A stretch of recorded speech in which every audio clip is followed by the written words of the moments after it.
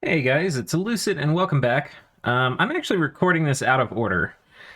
And I think I'm missing one turn. I think we have middle fall that I'm missing here. But yeah, I think the next turn I recorded is like... I feel like it's like turn 60 something. So we're going to skim through these real quick. The main thing that's happening in the game right now is we're waiting for TNG to finish off Arco. And in the meantime, we're jousting with Vaettiheim while also getting ready to come over here and kill him. And killing him is going to be... We'll probably... No. I was going to say we're going to talk about this in a future episode, but we won't. Because we're going to be jumping forward a lot. Killing him is going to consist of getting a lot of these areas forted up with labs and temples built.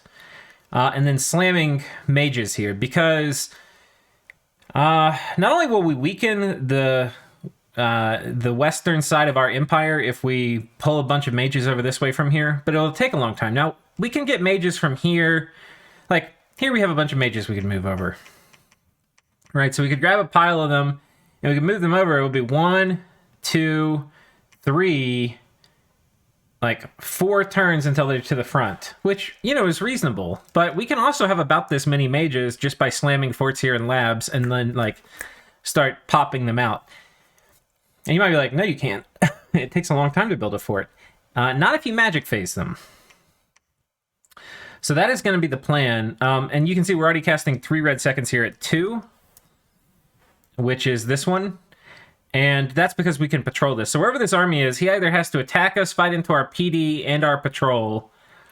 And he doesn't know, because we won't do it every time this army's here. But this army's basically going to move around, and we're going to try to put forts up.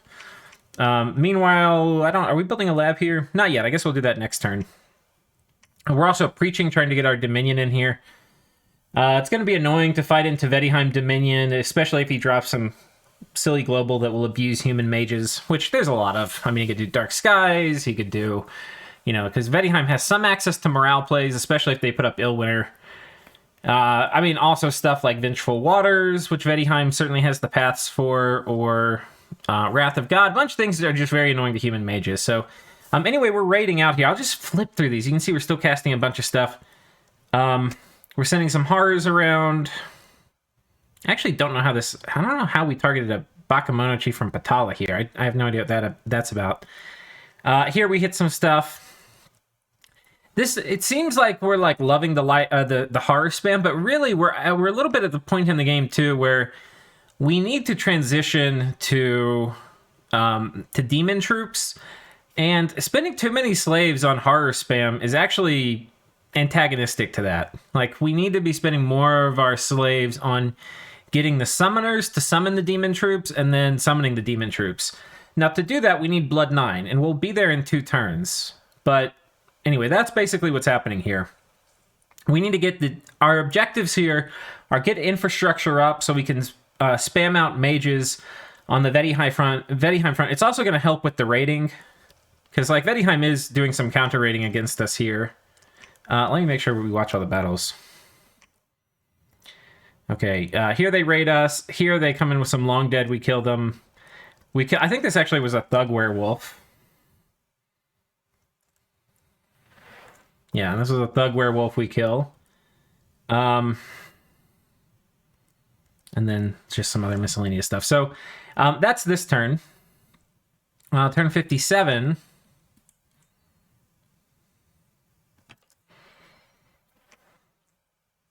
Whenever you come through and start putting these things up on YouTube, you're always like, oh my god, how did I miss all these turns? A bunch more random stuff. This kind of... So we hit this throne with Horus. He's been patrolling with like a light amount of stuff, always including this Hydra. I figure this has a good chance to kill him. This Hydra has Twiceborn, though. So, you know, does Foul Vapor's personal regen, and then we kill it with Horus. But it is certainly going to be back as a white mage, like a big Titan white mage. So anyway, that was, I guess, reasonably effective. For the battles, we kill a few of these guys. It's pretty efficient. I mean, it cost us 4 air gems, but it's fine. I think these guys must not have been on guard commander or something. And Yeah, I think this turn is the turn, by the way, that TNG has finally popped Arco's cap. A lot of times, I know he's got another turn still. A lot of times, things could go different ways. Like, TNG pops their cap, they could come after us. The problem is, right now, Vaettiheim, it's still not that long since they throne rushed. They obviously can't be trusted, since they violated non-aggression pacts to throne rush. They're also still in a good position. I am in position 1, though, at this point, I think. By a pretty good measure, or Grippa and I are. Especially on income. I mean, income, we're crushing it. So, one thing that could happen is they all could turn on us now. The problem, I think, if they turn on us, is Vaettiheim's late game is kind of ridiculous. I think it's... The steps to Vaettiheim's late game becoming completely crazy are they put up Illwinter, and then they start getting Neefel Jarls, and then the Death Air ones start being Wailing Winds casters, and they can do that in conjunction with Blood Rain. And they can set all their guys berserk with Growing Fury, and meanwhile you're almost instantly running. And then you're having to fight into these little murder goblins. I mean, it's completely ridiculous how hard it is to fight Vaettiheim in the late game. We'll probably be able to still do it, but it's going to be painful. The other problem, I think, is if everybody turns on us, that's going to give Vaettiheim time to wind up and eat one of their neighbors. Vaettiheim might pick at me and take a little bit of things, but it doesn't. If people turn on us, there's not really a great venue for people to attack us. I mean, for Vaettiheim to attack us. So he'll wind up and kill somebody, and I think if he gets to kill somebody, then it's game over. And certainly he'll do it by nap breaking and throne rushing like he did the first time. So I think it makes a lot of sense, which is basically what everybody's kind of committed to, which is let's kill Vaettiheim. So Patala's fighting them, Joman's still fighting them, Ulm is hanging on by the chin just by a little bit. And I would love to help Ulm more. We've been raiding Vaettiheim and trying to help, the past 5 or 6 turns. And basically ever since the Throne Rush, we've been raiding and trying to help. But we just don't have enough infrastructure and mages over here to really project a ton of presence. So we're trying to fix that. He's been doing disease demons over here, which is cute. I mean, if he gets somebody here that has like a gem on them or something, it's noteworthy. But like this, it kills one guy with the gem. This is not a good trade for him. Like, I don't care about these guys. I have so many forts. I make so many mages. I don't care at all. Trade because he needs, like, Infernal Disease is not super easy to cast. It's, you have to be a Blood 5 mage, and it costs 5 slaves. Go for it, man. Keep spamming that out. Like I care about losing a single dude. And here we're going to drop a lab and a temple. This is this fort we just made. And we moved some guys in to come in behind the Lesser Horror attack. Here we sent a bunch of dudes, including some of the Hordes from Hell stuff we had. Killed the PD. He raided over this way. Our horrors here actually weren't terribly effective, sadly. Can't remember if he started raiding over this way. Arco is pinging on the outside. I think that's basically it for this turn. Yeah. We're still slamming, I think. Oh no, it looks like we've mostly turned it off. I was gonna say we're still slamming Firebirds, but I think it's mostly off now. We're making some over here, right? And we've got a fair number. We're probably, how many did we do this turn? Yeah, no, we're still making a lot last turn. Last turn we did at least 15 casts. I think we're gonna start only doing it over here or something. Because we kind of got enough over here. And I don't have domes up. I'm kind of protected by non-aggression packs from people slamming me with Murdering Winter, but we'll be putting domes up in not too long. We're out of range of Vaettiheim, so we'll see. Anyhow, that's turn 57. Turn 58, I'm going to try to go through these kind of quickly. We're going to get... This also is a... Well, I don't know. I guess it's a kind of interesting part of the game. So I'll try not to go too fast. Turn 58. More disease demons. Not even really worth looking at. I've been trying to get updated charts from Vaettiheim too. We've been pretty unlucky with that. We're continuing to raid Vaettiheim. This is kind of cool. Oh, by the way, so part of the reason why Patala is still fighting... I think it makes sense for Patala to fight Vaettiheim while everybody's fighting them. And for various reasons I outlined a minute ago. But I've also agreed to pay them 2 gems for every Vaettiheim mage they kill. So...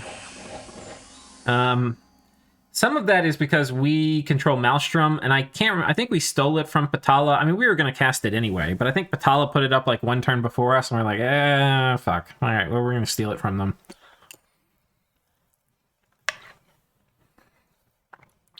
So they weren't very happy about it, but, kind of, I don't know. It's antagonistic to steal stuff from people, for globals, but the agreement we came to was... I'll just send them some of the gems from it, depending on how much they kill from Vaettiheim. The bounty system, by the way, I think is an okay way to buy people off to be in a war. I don't really like sending people a lump sum of gems to be at war with somebody, but paying them per mage they kill, I think, is a decent way to do it. Anyway, I end up sending them a fair amount every turn.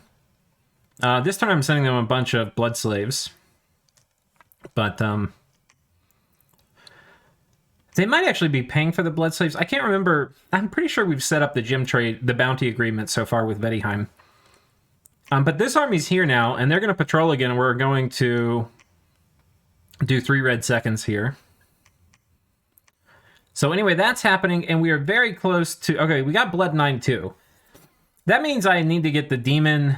production thing online, and the way we're going to do that is we're going to summon some demon lords, and we're going to summon them here and some heliophagai, and we're going to... This is going to take place over the next few turns, and we're going to have them start producing demons. So what I'm talking about is when you get to Blood 9, you get access to Infernal Forces, Infernal Tempest, Forces of Ice, Infernal Crusade, and these are all... and Forces of Darkness, importantly. And these are all very efficient ways to summon large amounts of demons. So, that's what we're aiming to do. We may also be magic phasing this turn too, I think.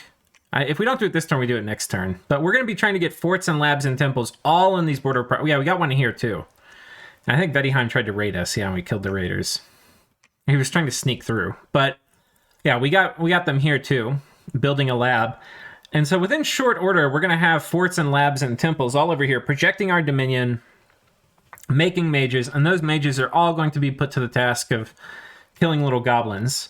And Tianchi has finally cracked Arco's fort, and so I think it'll be poking his head inside in the next turn, which we'll take a look at. Turn 59.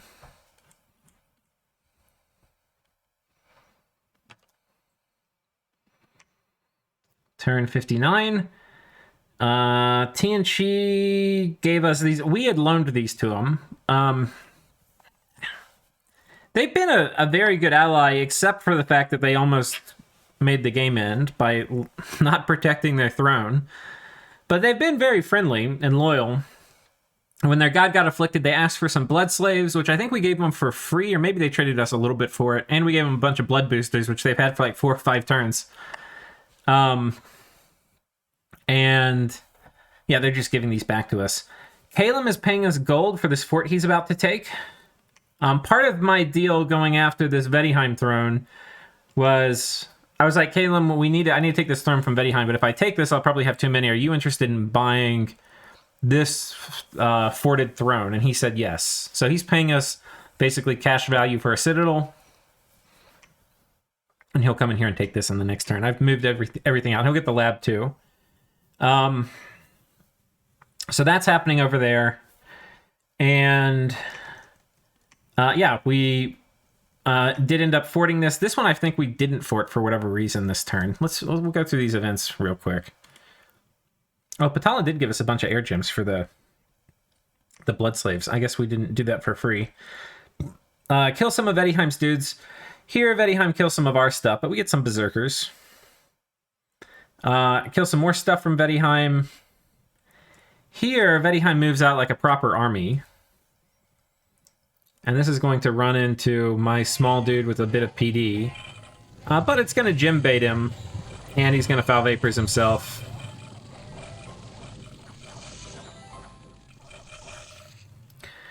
So in net, it's actually not a really bad loss for us. We lose a bit of PD. I think it's 20 PD. And then, I don't know, we kill a couple hundred gold to stuff.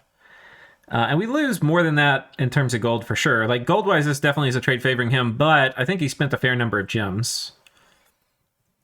I mean, ultimately for us, especially given our superior economy, we can take losses like this all the time. And here we have the final battle for Arco Cephale, and this is Isataris' last stand. So this is kind of cool. We haven't really seen a lot of the TNT fights. I'm hoping Zan puts up some of his battles.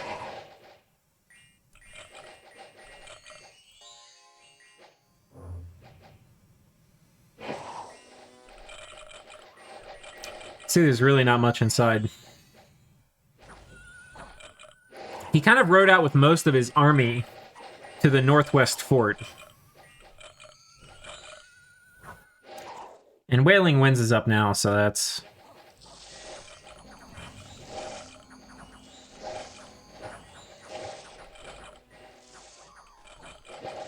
Yeah, I mean, they killed 2 guys, so... I don't think this is in any way weird or unexpected. This is exactly what you would expect with that fight. Not much Arco can do, but everyone pour one out for Arco. I do feel bad about the 2v1 against them. Started as a 3v1, but it was only that for 1 turn. Yeah. I don't know. I mean, we definitely attacked him just because he was Arco. On one hand, it was sweet, not because he was Arco Cephale, but because it was Arco the player. And on one hand, it was sweet justice for him having Nap broken and stabbed me in the back and stuff in the past. On the other hand, he just left, and then it just became us 2v1ing Isataris, who I like a lot. So, anyway.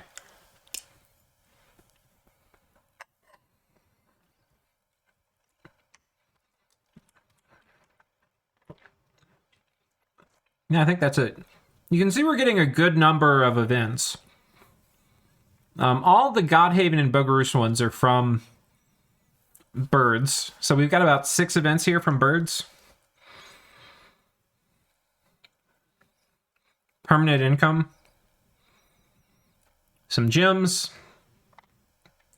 Some money. Some more gems. So it's pretty good.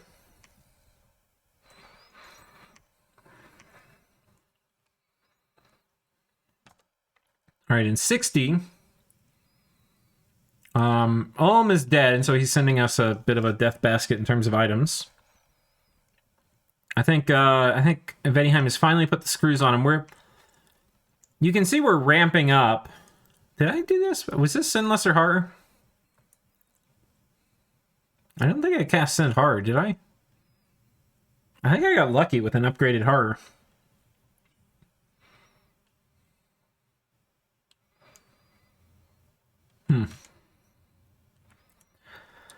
Anyhow, let's see. So this is Caleb taking our throne from us. Jomon fighting into Vaettiheim, and Vaettiheim has a pretty staunch defense here. Big line of these shark troops. These guys are really cool. They hit really hard. And they have pretty good stats except for their MR, which is dog shit horrible.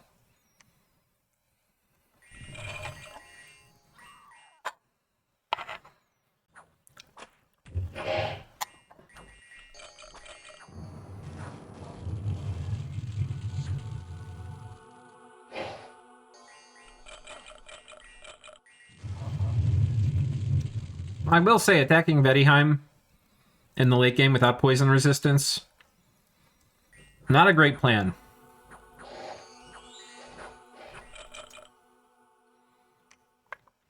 These guys also have Army of Gold, so they're going to be mostly immune to the troops. Except these water elementals, with their AP attack, should be able to hit through, but Army of Gold plus Moss Body is pretty frightening.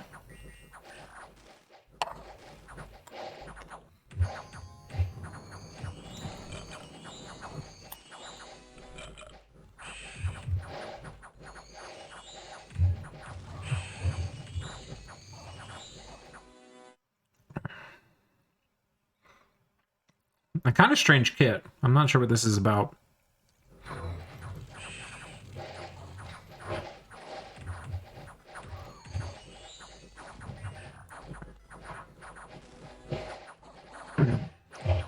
What's interesting is he hasn't really gone for the Veti Berserkers very much. He's got a lot of the Rim Veti, which are going to put these guys... He also doesn't have cold resistance against Vaettiheim. They're killing him, though, before they can fall asleep. I mean, yeah, it was just a disaster, a complete train wreck. These guys are going to start running from Foul Vapors. Yeah.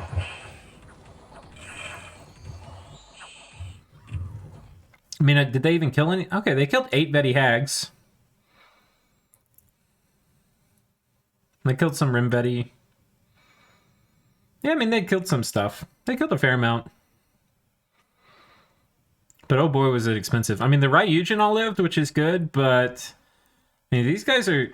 I mean, this is a lot of money. I mean, he lost almost... probably like 2.3k gold or something. This is expensive. Maybe more. These Shark Warriors are expensive, yeah. It's probably pretty close to 3k gold. And, you know, he lost the battle, too, so province not in his control. So that's a bit of a zinger for Yeoman. But they're really... I mean, Yeoman's had a really rough game. But this is... You're not going to win any late-game fights doing this. Like, we're in the late game now. Like, Vaettiheim was doing Army of Gold and shit. You need better magic support. So, not really surprising there. And that's that. More forts up. We finally got this fort here. We're going to be building a temple. So now we have 5 forts here. And this is enough to make a lot of mages every turn, because they're citadels too. So we can do 1.5 mages every turn out of each of them. And we're going to very quickly get a big mage force as we basically continue raiding pressure. We're going to be doing Sent Horrors on and off. Down here, we're binding a Heliophagus. And the Heliophagus is going to be key for getting a Demon Lord. Because we don't really have super natively high blood access in our nation. So anyway, Heliophagi are going to be make it a lot easier to get deep, deep, deep into blood. That's turn 60. Turn 61. I need to check to make sure I just didn't do these out of order. No, I don't think I did. Doing so many turns here. Bunch of lesser horror attacks. Wait, is this our thing? Oh, we haven't started doing it yet. We have some cool artifact stuff we're going to start doing pretty soon. Oh, this is it. All right, so this is the trick, guys. I invented this, I think. When you're doing a communion, not a communion, when you're trying to convert people with life after death to their soulless form, a lot of times you'll use Bog Beasts or Foul Vapors. Foul Vapors is nice because it will only trigger when you use gems. So one thing you don't want to have happen is you don't want to kill off your mages when you didn't cast life after death because you weren't at the gem use threshold. I think every vet has probably experienced that at some point. So Bog Beasts, if you're not at the gem bait threshold, they're still going to poison and kill all your mages, but you won't cast life after death, and then they're just dead. With Foul Vapors, the nice thing about it is, you know, it won't cast if you're not at the gem use threshold. One way around it all is if you have an artifact here, which is this thing, the Ankh, then, well, it's going to immediately cast life after death, whether you're getting gem baited or not. And then that allows you to use things which are going to kill everybody without even worrying about gem use thresholds. And what we are going to do is we have like 50 communion slaves, and we're going to cast Soul Vortex on them. And 3 and 2 and 1. And look at that. Look at that Soul Vortex business. I mean, that is very spooky. So yeah, it converts them all real quick. So we got 98 soulless mages here. So that was a lot of soulless mages. Plus some of the soulless warrior varieties. But yeah, this was a good way to convert your mages. Why are we doing it? Well, if somebody does Astral Corruption, we could do this to prepare for Astral Corruption. I'm not going to cast Astral Corruption in the game. I want to have fun. Astral Corruption makes people dislike you, and it's not fun. Yeah. So I don't know. I would need it for it to be like literally my only shot at having a hope to win the game for me to cast Astral Corruption, I think. But anyway, we could have done it in preparation for that. But really, we're just doing it to control upkeep because we have so many forts. We're also preparing to cast Gift of Nature's Bounty. Not like right now, but in the future. Because we've been doing every turn. I haven't really been showing you, but we've been casting Wish every turn. Just about. Yeah, we're casting it this turn again. I think we took a break. But, and you can see we're banking Nature, right? We're trying to get up to like 400 or 500 or 600 Nature for Gift of Nature's Bounty. And when Gift of Nature's Bounty comes online, we want to have a lot of forts. But we've already got a lot of forts. And so, you know, we don't have a ton of disposable income. We're trying to get this down to like 3,500 for upkeep. And so we're just trying to kill off a ton of mages. Now, the problem, though, is... So this is where we did it. If you kill these guys off and you turn them into mages or soulless, they have one critical weakness, which is their MR is now horrible. Well, they have two critical weaknesses. One is their MR is horrible, so you can just do like Undead Mastery and steal them all, and that sucks. The second thing is they do not heal ever, right? So basically, they're not very good to use in combat. So I'm trying to say. Right, you use them in combat. They're never going to heal battle to battle, so they'll just accumulate, afflictions and attrition, or hit point loss, and eventually die. And they're a huge liability because they can just be stolen. So you can use them some in combat, but like, and we converted so many of them here. Like, we don't want to take this Mage Core. You don't want this to be like you're fighting Mage Core. This is okay to be like.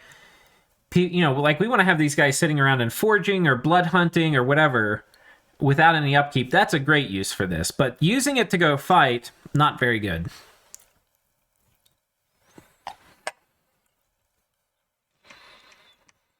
And yeah, we're raiding out here. One thing that's really cool is look who Vaettiheim has. They have Enklados. So they killed Felegra before Enklados could spawn. And he still comes in comes to Vaettiheim, to Felegra's cap. There's a warning. So there's like an event. And I don't know if they let him siege the cap or if they just were constantly patrolling with mages. But they basically set up a charm trap for him and they charmed him. So that's kind of badass, but it's pretty sick because he's got 2 Fire Gem income he generates. And then he's obviously gives you amazing path access for Vaettiheim. So that's kind of cool.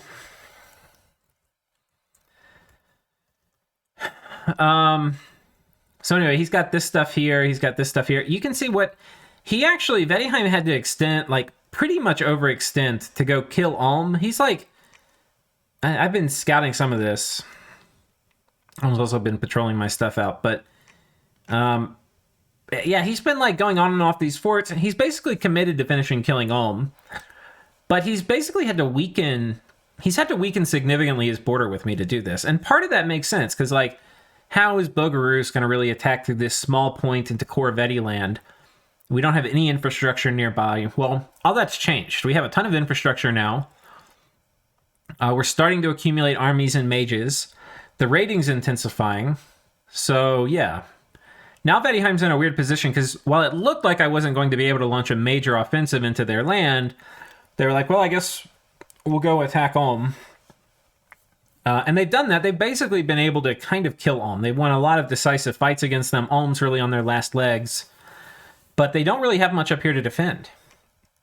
They have this, basically. And we can kill this. We can kill this pretty easily. And yeah, we're continuing to raid. Did we get our Heliophagi? Yeah, we got our Heliophagi, and here you can see we're doing Bind Demon Lord. We had to kit this guy out with items. You can see right here what they were. And we're casting 3 red seconds and Curse of Blood. We're getting more vampires here too.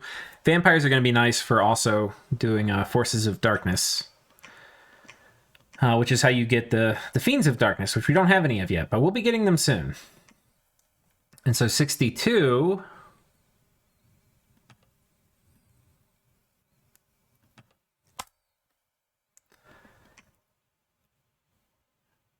Okay, we're not even that. I'm going really fast, guys. We're only at 30 minutes. Holy crap. We're continuing to convert people. So we've got 40 new Solus. But look, we're not actually saving upkeep. We were like the same upkeep last turn. So we're just like treading water. We're keeping our upkeep from growing.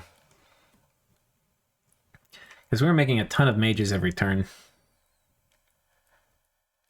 And then there's a bunch of events. We're not going to look at all those. We'll look at all these later. Later we'll do some accounting of exactly how much we're getting a turn. But guys, one thing I want you to keep in mind is just how many fire gems I put into this. We put so many fire gems into Firebirds. You know, not only did we put the gems into Control Eternal Pyre, then we put all the gems from Eternal Pyre in there, plus the gems from Maelstrom. But then we've also been casting Wish, and we've basically been converting, you know, we've been getting an extra 25 fire gems from that. All that has been going into Firebirds. So it's a huge investment, but we're getting pretty good returns now.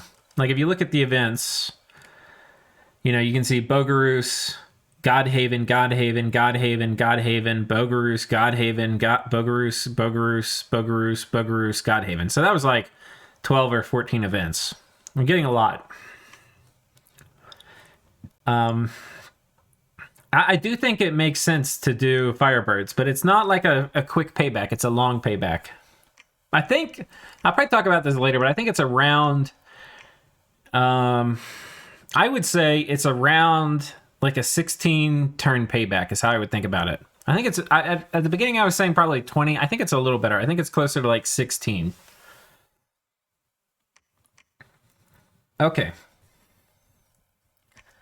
Which is not phenomenally fast, but there's not many ways in Dominions to just grow without doing all that stuff. We got another fort here. We're building a temple and lab. And this is going to be a great core from which we can continue to operate. TNC has also said they want to commit to come over here and kick Vaettiheim out of Ulm. I told them it's good. I've been helping Ulm a lot, but Ulm is dead. You know, they've lost so much of their forts. They've lost all control of the raiding war. So I was like, yeah, you should go eat them and just take the Ulm stuff too. Don't even think about it. Just go in and finish it. I mean, this is like one of the things, like you could be nice and be like, okay, let's try to keep Ulm alive. I mean, Ulm is dead. It's a mercy killing at this point. They fought really hard. They've been in a really outmatched war against Vaettiheim for a long time, and they've held out for a long time. But nobody else, you know, because Tianchi was busy finishing off Arco. I didn't really have a great pathway to attack. You know, Patala and Joman were trying to help, but they also didn't have a ton over here. So anyway, while we've all been helping a little bit with Vaettiheim, Ulm has also kind of been left alone.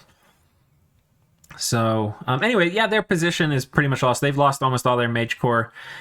Makes sense for TNC to just come over here and take all this stuff. I think they're figuring out the exact right time to pull the trigger, though. Do we have any cool fights here? Not really. We're going to have very soon a Horror Harmonica Golem. Are we making that this turn? Oh, we're casting Eyes of God this turn. 63.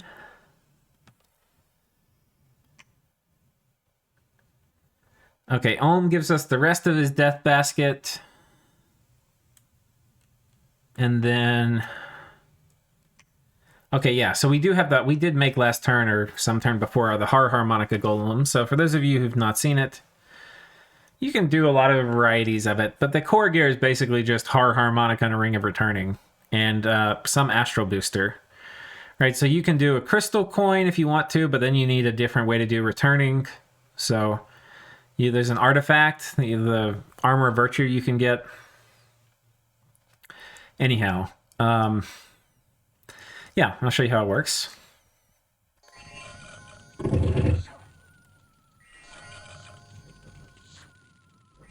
He's calling a bunch of horrors. These horrors are not lasting very long. Part of the reason is he's got... It's not even going to show the horrors here. They're getting hit by, like, Frozen Heart and shit every... Like, let's watch them as they pop up here.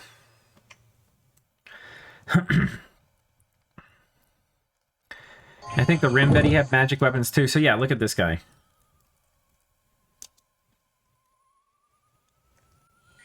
Yeah, drain life. Look, he just gets deleted. So this, you know, as you can see, we still killed a flame spirit, one of these guys, and 4 mages. I mean, that is an expensive tax to just exert for very low cost. But you can see this was not anywhere close to killing this army. This is a really strong army, though. But it's going to gym bait, it's going to tax. Yeah. For the battles, I think we launched like a pretty low commitment attack of stuff here. Okay, oh, this was actually supposed to be Call Horror and Vortex of Returning, which I had talked about at the beginning of the series. We don't actually do it very well here, though. I think my Vortex of Returning guy gets killed by arrows. So I probably needed like a bigger bait squad out here. We do call a lot of horrors, though. Oh no, there it goes. Vortex of Returning. It's okay, we did it. The problem is, these guys are actually pretty good at killing horrors. They've got magic weapons, the Rimbetti are very killy. So yeah, it didn't really work very well. I mean, we killed some stuff, but not much of it was good. It was mostly just like long dead horsemen and wolves. Oh, and I think actually, so this one, okay, this is different RNG because like I said, I'm coming back way after the fact. This was how I showed you was how it was supposed to work, right? Where Vortex of Returning's out. This is different RNG. How it actually worked was the Vortex of Returning guy got killed, and then that was the end of that. So anyway, yeah, this is what ended up happening. But this was pretty low commitment. It was just some blood slaves and a few mages. I mean, it was 14 mages, but guys, we're making like 40-something mages a turn. Here they attack us, and I think they win. They're doing some good little point buffing things here. We've got some fire elementals, but they don't care. So we kill some berserkers, but we lose. Here, Vaettiheim going after some vampire lords. Okay, and then we're in the event thing. It'll take us forever to click through. So, coming over here... oh, we have Eyes of God up. We'll probably look at this in more detail later, but... we are very far ahead in terms of income. We're double the next player. Provinces, though, like, people don't really know this, right? Because, like, we're actually the same size as Vaettiheim right now. And he's gonna... this is the other thing, like, why people need to fight Vaettiheim. Once he consolidates his hold, like, once he eats Ulm... he's already fighting everybody, right? So if he eats Ulm and is then able to deploy those forces that were fighting Ulm on fighting other people, wouldn't be very good. But so far as people look at it, we're like the same size as Vaettiheim, except that we're friendly and trustworthy in all of these things. And Vaettiheim is not trustworthy, and they seem to be about in equal, equal in size. What people can't really see very well is that we're double their income. Gym income, we're very close, though. We're about tied. But we have a bigger blood economy than Vaettiheim, I think. Research, we're number 1. Vaettiheim has had to slow down research a lot to continue their aggressive war policies. Forts were way ahead, too. So, army size, we're ahead, but Vaettiheim's got higher quality stuff. Who is this? I think this is Calum, who's number 2, actually. Oh, wait, is this Calum number 2? I remember Calum had sick gym income. Yeah, okay, so Calum actually is number 2 in gym income. But they're a little farther down in normal income. Yeah, Calum has... because they've got a bunch of gym globals. They've got Well of Misery and Galegate. And Stellar Focus. So they've got a ton of gym globals. But yeah, I would say, like, all this combined... we're pretty far in position 1, but a lot of this people can't see. What you can really see unless you can actually see the score graphs, and we're patrolling the shit out of our cap, is that we're about equal in size. But yeah, you can see things are really starting to tighten up over here on Vaettiheim. And the rating's going to continue. And yeah, here's where we lost this little squad of dudes attacking. 64, I can't believe we're doing this much in one turn. Or one episode. I mean, I could stop, but... okay, we continue to convert people.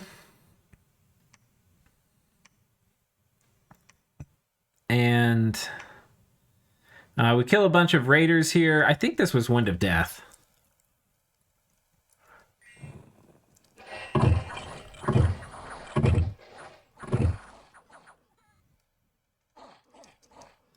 Yeah, so Wind of Death them, killed a bunch of dudes that they were raiding on top of us.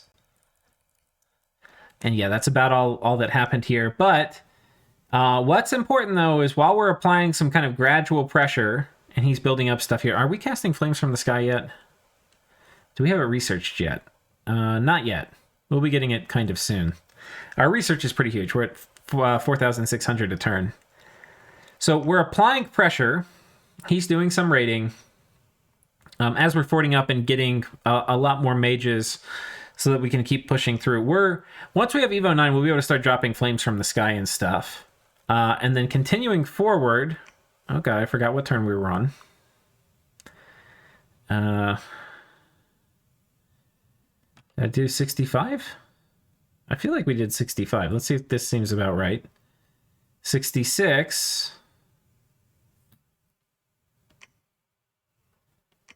Wait, was 65 really last turn? Because we've got a bunch of Fiends of Darkness that just moved on top of that thing. I think that we might have moved them out this turn, because we've been getting a fair amount. No, I think I skipped forward. 1 second, let's figure out where we are. 63, was that what we just did? I feel like we probably did 63 now. All right, we've definitely done this. Yeah, okay. So this was the one we just did. We hit this with the Golem, and then we came in behind with the Mage Core, and then the Mage Core died. And yeah, that was this turn. So, okay, next up is 64. And... God, I skipped so many turns. I can't believe I didn't record any of these. All right, so 64, we come over here... we're moving in a bit. We've been raiding this, right? Doing light raiding, but here we're coming in with a proper army, right? So it's it's a pretty light commitment in terms of mages, just some life after death and skelly spam and darkness, and rush of strength or whatever, and a big pile of Fiends of Darkness. These guys are really good. In darkness, they have dark power, right? So they're going to have 2 to each of these stats, and then with rush of strength, all of a sudden they're now up to like 21 strength or something. So yeah, they're pretty good. So anyway, we come over, we're going to hit that. Meanwhile, we're raiding over here. You can see we haven't continued to really forward up on this part. We have, I believe where we can, we've been building like this. We've been trying to forward up in our interior land with any cash we can spare, but it's hard to come up with cash to spare when we're also slamming so many mages a turn. But you can see we haven't been able to get our upkeep under 4,000, but we got it done from 4,400 through our ritual sacrifice. I like to think of it as, the Great Purge, killing off the intelligentsia. We need more loyal cadres. So that's 64. 65. 65 will come and take a look at the demon production. Okay, we hit a tiny little thing here with our golem. Convert some more dudes. And well, we kill off some garbage, then we run. Yeah, basically just low commitment rating. But importantly, we have a big army on top of this fort. We didn't quite manage to crack it, but we've gotten kind of close. And we're getting another group of dudes here. So what we have 2 demon lords. We got pretty good ones too. The Prince of Lust and Belphegor. And they're both doing Forces of Darkness. We have our Heliophagai doing it, Forces of Darkness, and we have a Vampire Lord doing Forces of Darkness, and we're summoning a Vampire every turn. So it's 4 Forces of Darkness and a Vampire Lord every turn. So we've got a pretty healthy blood economy going. And I think in addition to this, we're still making a few items back here with Blood Slaves to try to further ramp up our demon summoning. And a lot of these guys we're converting to Solus. We're setting to blood hunting about in various provinces. And then we had really bad air income this game, like only 8.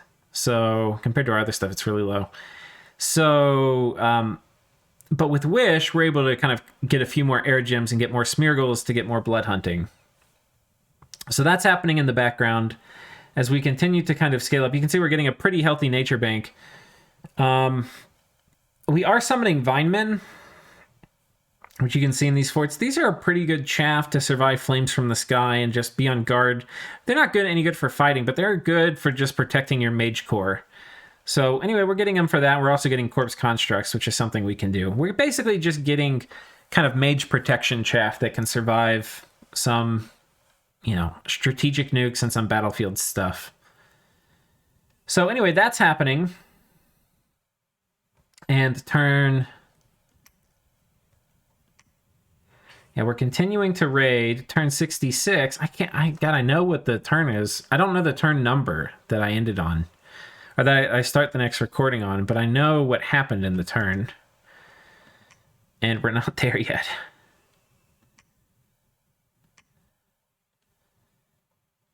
He's casting a bunch of disease demons at me. Here's our little conversion thing continuing to roll. Here we kill some more hags and gaija and werewolves. I think this is a blood hunting province.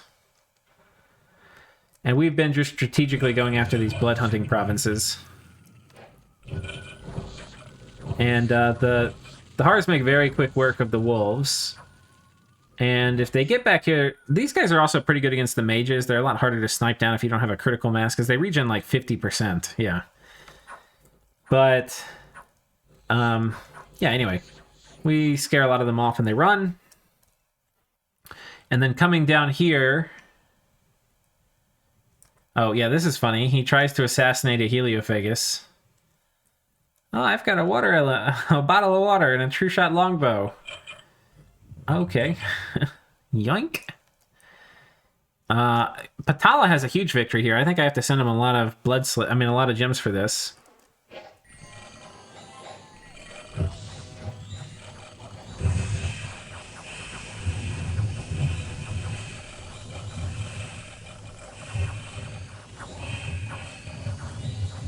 This doesn't look like Patala's winning. Hal, Ravenous Swarm. They both cast... Oh no, Ravenous Swarm and Grip of Winter. Okay, there's still a lot of these guys left to fight. Oh, and they have their Devi of Darkness up here. Oh, with Sword of Many Colors and 2 Firebrands. Oh my goodness. There's so much destruction. Oh, but it gets killed.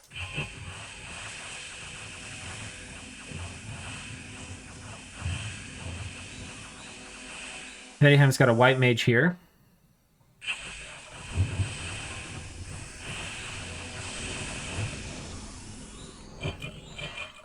Well, how about that? If you're watching Vaettiheim, you actually win this one. Just different RNG. I don't know what happened. What was the difference between the fight that actually happened and then this one? So anyway, what was a decisive win for Patala in the real game, with a little bit of different RNG, we can see was a pretty severe loss for them. So anyway, they didn't end up losing their god, and they killed a bunch of stuff. So there you go. We kill Vaettiheim raiding stuff. We've got a bit of PD plus some occultists doing skelly spam.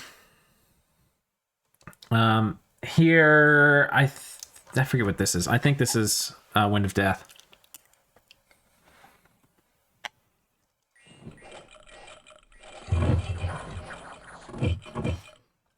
Yep. Now we kill some more wolves. There will be no blood hunting, Vaettiheim. Your blood hunting privileges are revoked. So now things are starting to look real desperate.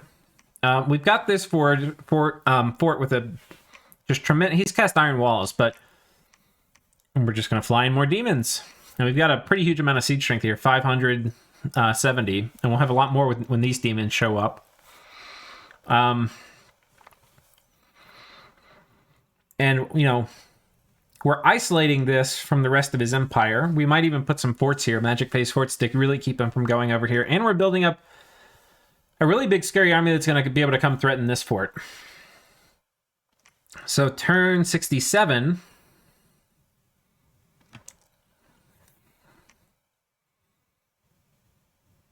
How did I not actually record any of this?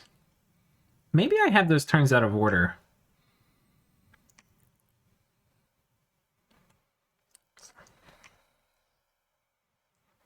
All right, we have our first important battle. So Vaettiheim rides out of the fort, and it's going to fight my big demon army.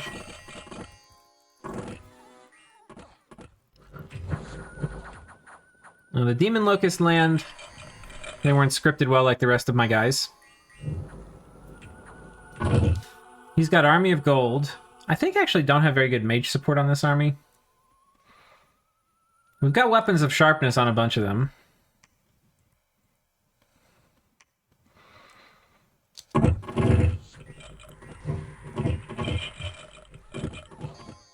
We have Poison Resistance for Foul Vapors.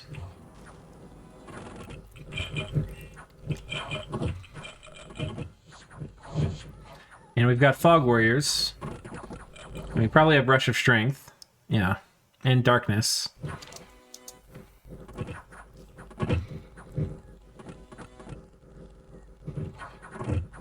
We've got Wailing Winds 2 up, apparently.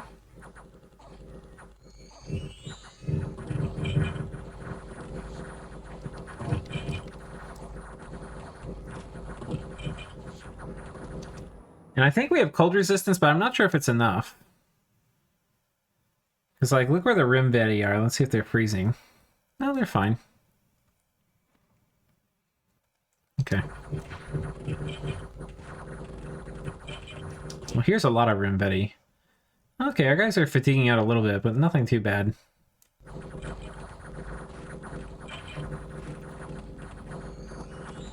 I can't remember why our guys aren't flying. I don't think that was by design. But the attack density of these goblins does hurt.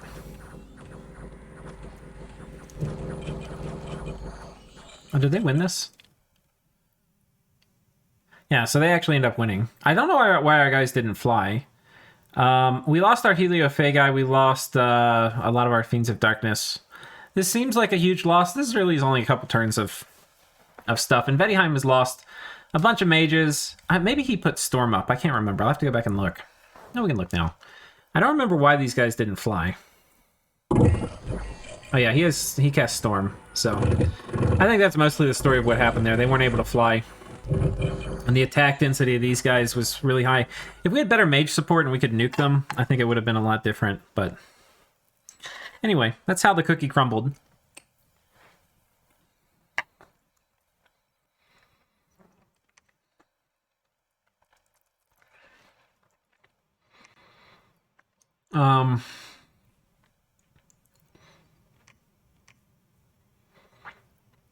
I think this is new. Yeah, we forted this, building a lab and temple here too. I don't think we're forting this. But yeah, we're going right back on top, putting more pressure on here. We're summoning more demons. And yeah, that's basically that. Turn 68. How far do I have to go in this? Jesus. I mean, we're getting close to an hour. No, 1 second. All right, I went and checked, and yeah, I really have a gap this big. I didn't upload them out of order. Okay, we convert more dudes. Golem comes in, kills some. Oh, this was funny.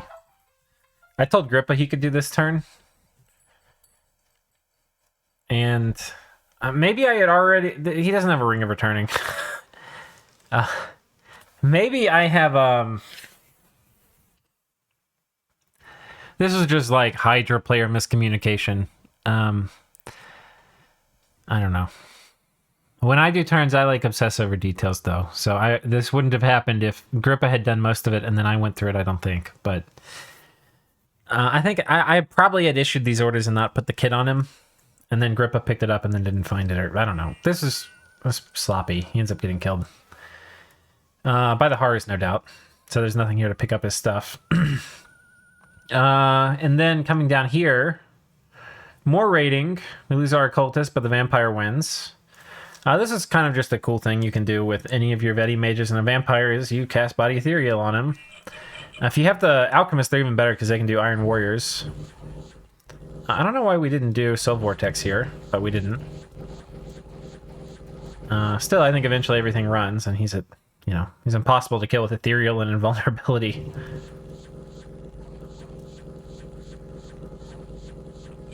All right, is he getting repelled? He has really good morale. Probably not.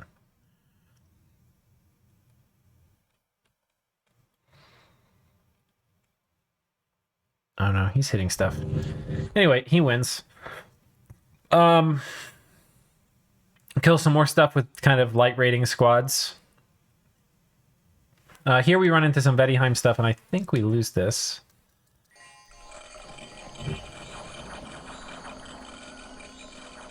Oh no, we win. We lose some dudes though from Foul Vapors, but that's fine. I got a claim of pearls. I think this was ours that we picked up. And yeah, then it's all the events. So coming over here and looking at it, we're still keeping this fort locked down. We've got another big batch of vampires. We're probably about ready to move out, probably next turn. Yeah, keeping this fort locked down. We're raiding. I think we're patrolling here and probably putting up another fort. And you can see the walls are really closing in around Vaettiheim. And TNG is about to attack them now, too. They've got their forces over here. They're going to go take this throne from them and then come over and take all the Ulm stuff. And so that's that. And then turn 69. We're now starting to get into the real late game part of the thing. Here we convert some dudes. And then coming down, some assassination attempts. Vaettiheim rides into Patala and loses a huge stack. Let's see if we have different outcomes with different RNG here, like we did in basically every other battle.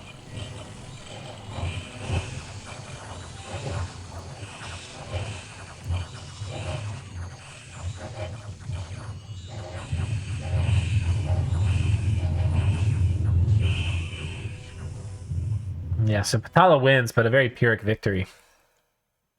Well, they lose a lot of stuff. And are we sending stuff to Patala? Yeah, we're sending... The deal is it also caps out at 15 gems a turn. That way he doesn't kill, like, 50 Vaettiheim mages, and I now have to send him, like, 100 gems. That was part of the deal. But yeah, Patala kills a bunch of stuff.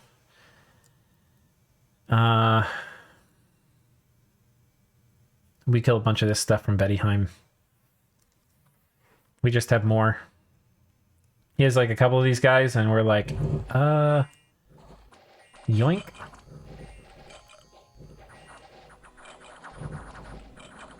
They've got like body ethereal and stuff, but that doesn't matter when you're fighting Fiends of Darkness. So yeah, that was fine. We lost about the same amount of Fiends of Darkness, but we also killed some mages and some troops. Killed the Vampire Lord. And yeah, they're attacking down here. And then we have our normal string of events. And the Noose Titans, what are we doing this turn? We've got this fort under siege. This is where his last kind of big army is over here. And we have forted this up, and we forted this up. So we're just pushing forts in here, getting labs, getting more mages, pushing our presence in here. Basically tightening our belt, getting ready to go for the kill on Vaettiheim. And meanwhile, TNG is about to launch the attack. I don't think they've launched it yet. But then turn 70... There was a lot more going in these turns. I probably could... If I recorded them at the time, each of these turns would probably be in its own 30 or 40-minute episode. And there's some fun stuff thinking about all the places Vaettiheim's going to go. Here's the Horror Harmonica Golem in action. This is like the perfect size thing for it to kill, too. It's like these medium commitment armies with some mage support and pretty good troops. And then you have to get lucky. A lot of times the horrors are going to still die. But here they've got, they all have fear. They've triggered a rout with Wailing Winds up, and they're going to kill a bunch of stuff. And, a lot of times they'll be picking off mages in the back, or like some of them have damage reversal even, and that'll kill mages. So yeah, this was devastating for them. We convert more dudes. Vaettiheim sends a golem in here at us, which is kind of interesting. It's this guy with the fire shield and a dusk dagger. I think this is designed to kill my golem, but I don't even know what this is designed to kill. I guess Skelly Span he'll be good against, because he has a fire shield. I don't know. Anyway, he takes that province from us. I think we might have been building a fort there. Okay, and where are we? We've got this fort cracked again. rather than fighting it, we're going to be moving out with our Mage Corps, and we're going to be moving a tremendous amount of stuff here on top of this fort. And I think we're actually caught up now. I think we'll do a quick check of next turn. Turn 71. Actually, I'm going to pause it. Okay, yeah, turn 71. Here we go. This is the last turn before the things I've started recording. So we've popped this. We moved the army that was on here off. We're going to try to storm with this little weird budget crew and just hit whatever's inside with Wind of Death. I've got this guy scripted to do Vortex of Returning too. He's actually, I think, going to die in combat. And then I don't do Vortex of Returning, which is hilarious. But this is just designed to probe and do Wind of Death. And yeah, we're storming this. We've got a pretty big force here. We're also sending in a guy to kill Furcus. I think we're going to enslave him, actually. Yeah, we're doing Enslave Mind spam on him. And TNG has moved out this turn. They're going to come eat all of Ulm, and you can see they're rolling out with much vigor.